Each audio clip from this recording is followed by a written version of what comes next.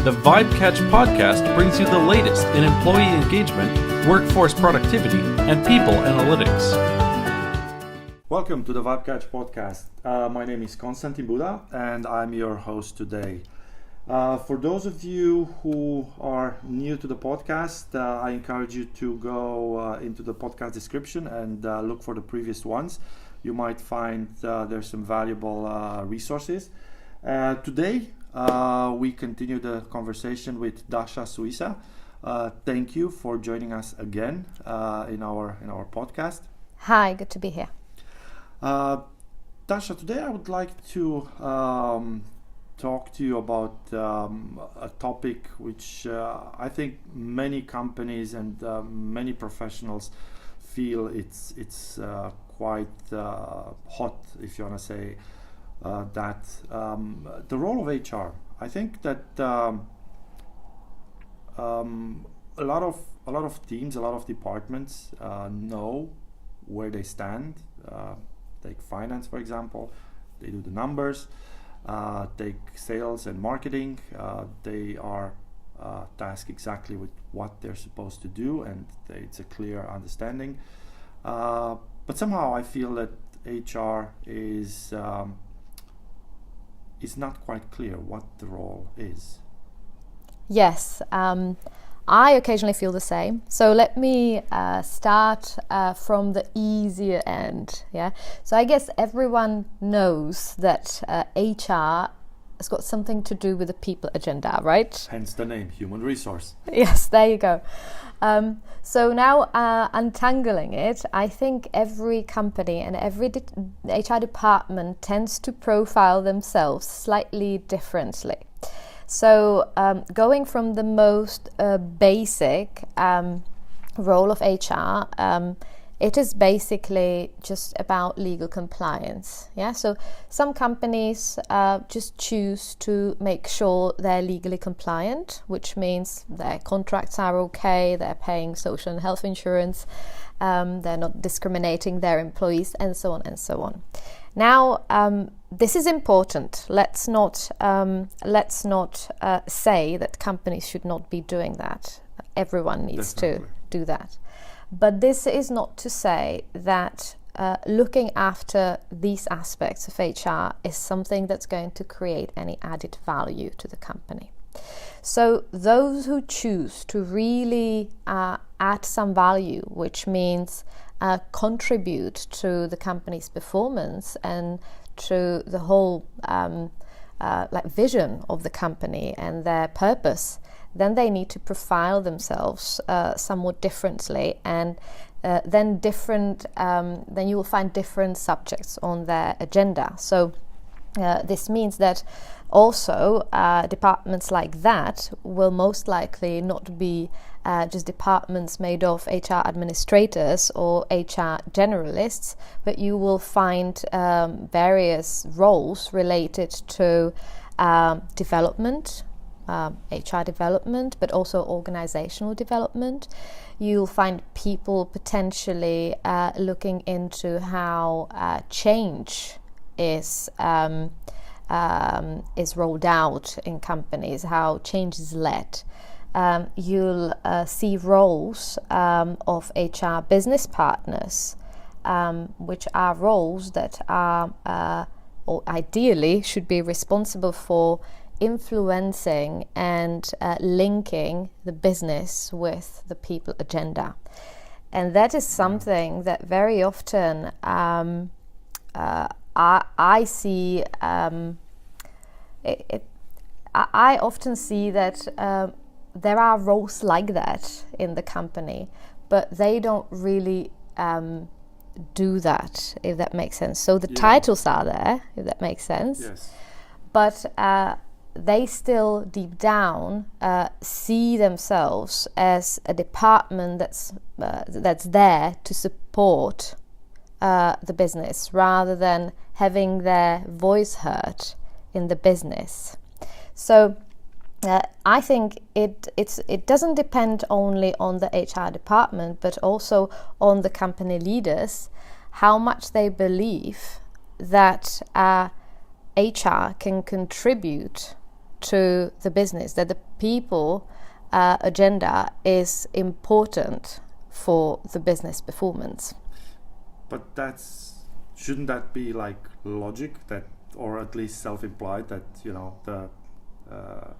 the happier the people, the better the performance of the company. So hence, of course, that should be viewed, or at least it kind of goes into the direction that the leaders or the leadership of a company should actually view the importance of the HR into actually leading that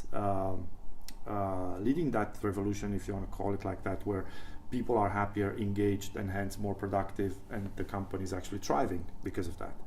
Yes. So it should be logical. It even is logical, yes. Because we have a lot of research confirming that.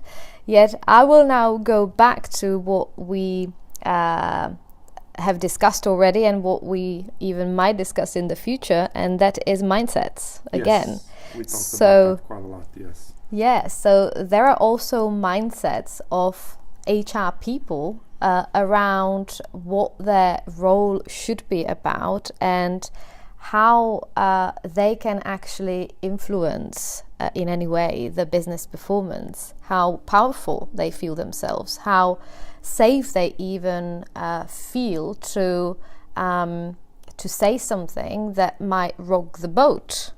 Yeah.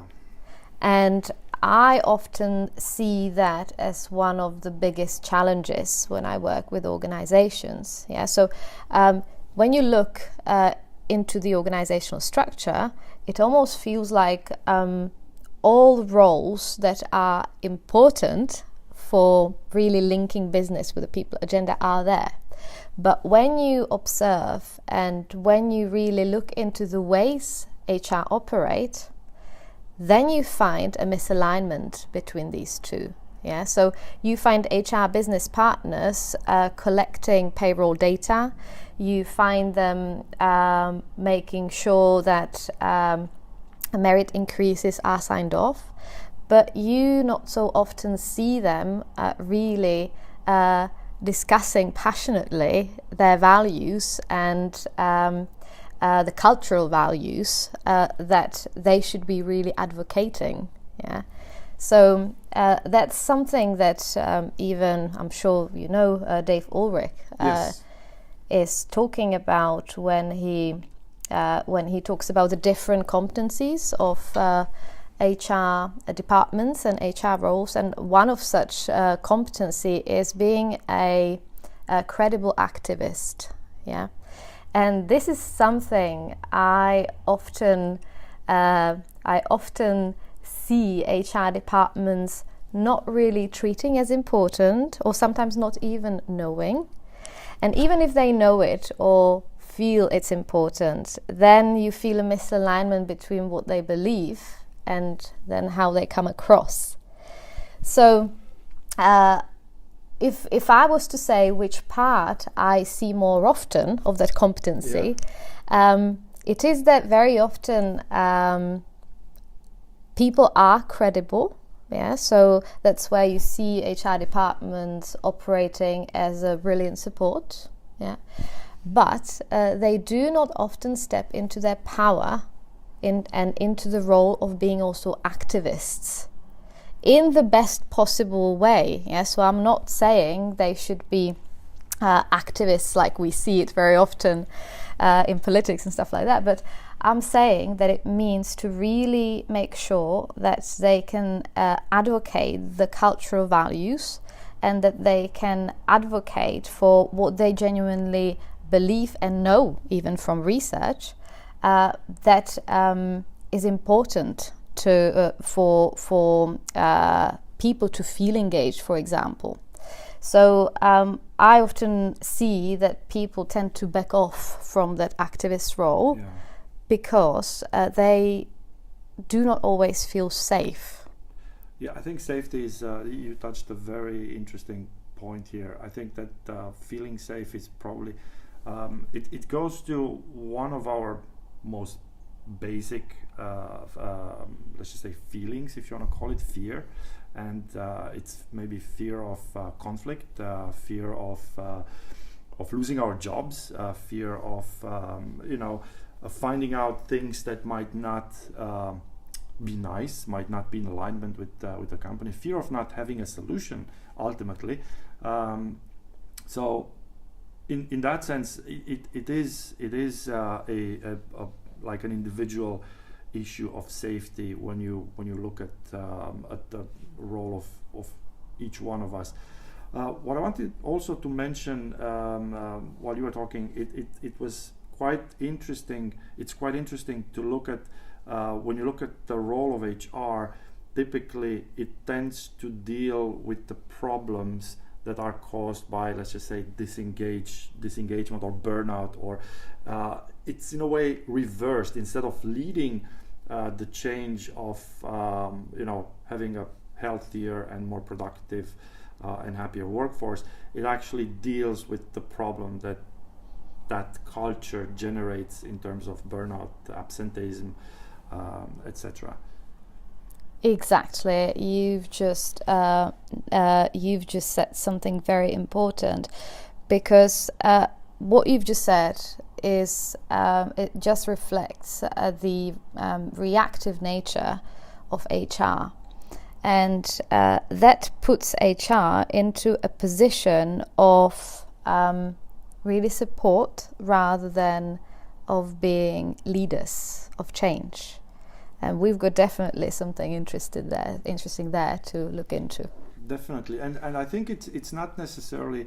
I don't want to point fingers of that department causes that pain to the other department, but it's a status quo where actually, due to the nature of life, this is caused. The pain is caused, and then HR kind of needs to deal with the pain. And as you said, it's more reactive than proactive. So I don't think it leaves much room to be proactive on the fact that you have so many things to deal with as problems to actually be able to be proactive and say, well, now we have this idea, let's champion it, let's promote it, let's see how it works, etc. Yeah, that's a common vicious circle. Yeah, when you don't lead change in something that has very strong business impact, then you have a lot of problems to deal with. Yeah, because things happen. Things happen no matter if you want them to happen or not. They're just happening. Yeah, but those HR departments who really step into the role of leading change often prevent problems from happening. I personally do not live in that idealist world of, if you really step into the leadership role, that means that no problems will appear and no reactive approach will be needed. Of course, yes, something always happens, yeah, but it's the extent. Yeah, that's what I was about to say, because it feels at the moment that it's more reactive than proactive. So that's of course it. A dose of reaction is needed. Unexpected things can happen anytime. But it feels that there is the burden, it's on that side of the reaction at the moment, and it's absolutely not on purpose, it's just something that happens. Yeah. Great.